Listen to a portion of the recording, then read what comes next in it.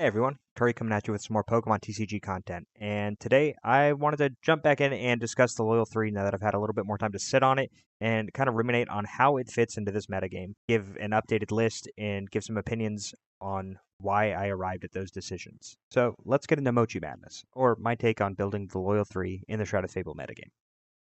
Our general objectives are to understand what the goal of the deck is by identifying what sort of archetype it is, how we want to optimize our build to make our deck shine, and what weaknesses we need to consider within that core build that we can shore up with our last few cards. At its core, Loyal 3 can be defined by a couple of different archetypes as well as the key feature of one of its main attackers. Given that the deck is comprised almost, if not entirely, of 2 prize EX Pokemon, it can pretty clearly be called a big basics deck. Because we're going to aim for a big item focus and a fast attacking strategy using the Dark type, it can fall under the umbrella of Turbo Dark as well. And finally, one of the draws for the deck is the prize manipulation that is made possible thanks to Munkidori EX. Now that we've identified these core concepts, let's look at some of the cards that make up the meat of the deck. Okidogi EX serves as the muscle, in that it's able to KO all basic EX and V Pokemon as long as it is poisoned. Munkidori EX gets to cheat the system slightly and act as an overstated one prizer as long as we have a Pecharunt EX in play while outputting respectable damage with its sturdy headbutt attack. Pecharunt EX bolsters the selling points of our key attackers by providing that poison condition to Okidogi, as well as activating Munkidori's I Know You Don't ability.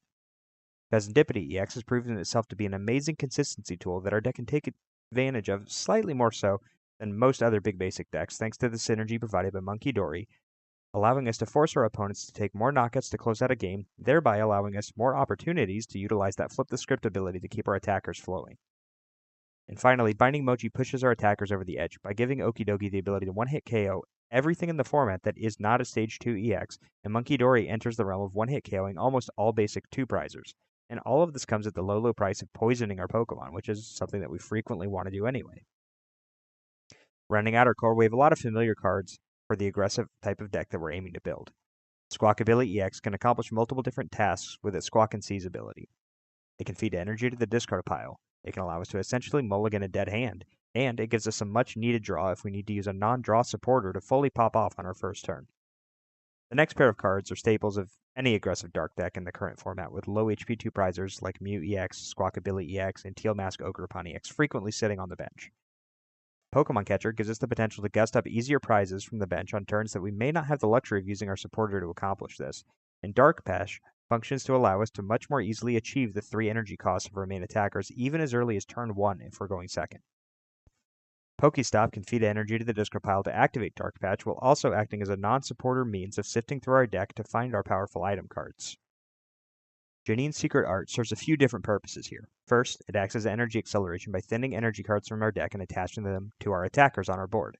Additionally, in the case of matchups that can include cards like Klefki or Iron Thorns EX that would otherwise shut off our Pecharunt EX's ability to poison our Pokemon, it also gives us a means to apply that poison condition.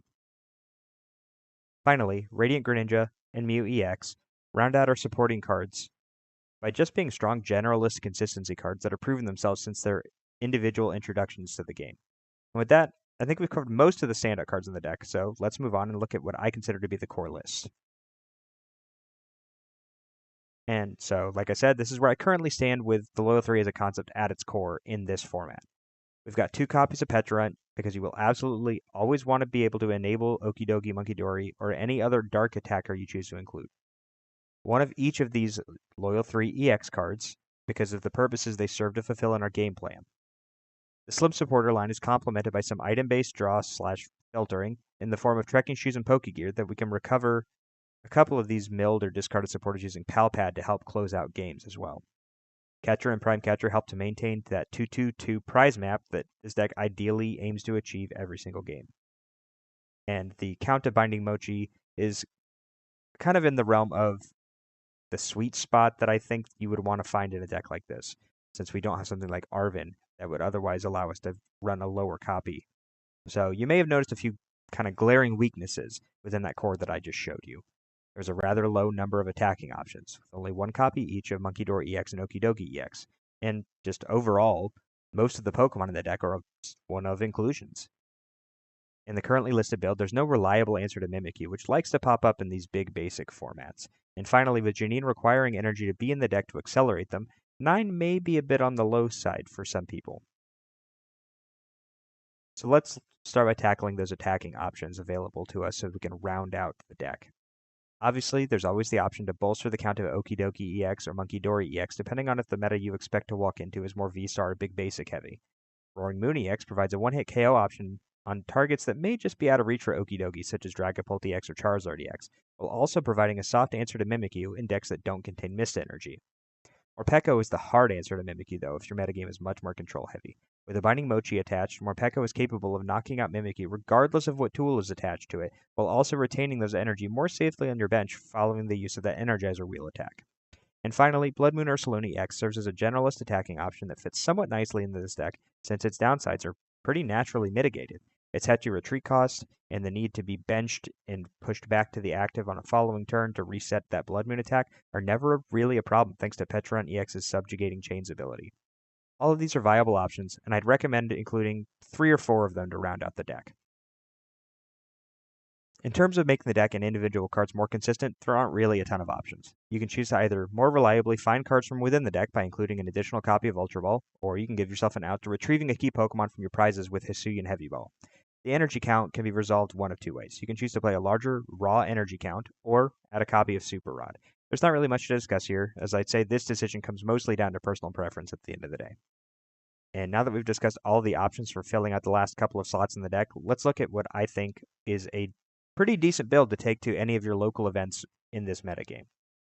So as things stand right now, big basic decks have risen up to attempt to counter Regidrago, so I've leaned a little bit more heavily into Munkidori as the primary attacker within the deck. There's definitely a consideration for dropping Morpeko to add the additional copy of Okidogi EX if your metagame is kind of control light, but so far in testing I haven't really found that to be necessary. I've opted to include Roaring Moon as a nod to the slight bump in play that we've seen from Charizard in the online tournament circuit, but if your local metagame is totally devoid of Stage 2 decks, it would probably be wise to play either Blood Moon Ursaluna or another copy of Okidogi in this slot instead. And so that's going to close the door on Mochi Madness, or, Loyal 3, in this Shrouded Fable metagame.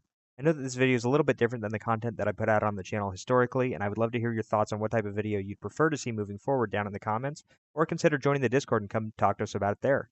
I'll have a link to that Discord down in the description, along with a pastable version of this deck if you want to import it into TCG Live or build it physically. I hope you enjoyed the video, and I'll see you guys in the next one.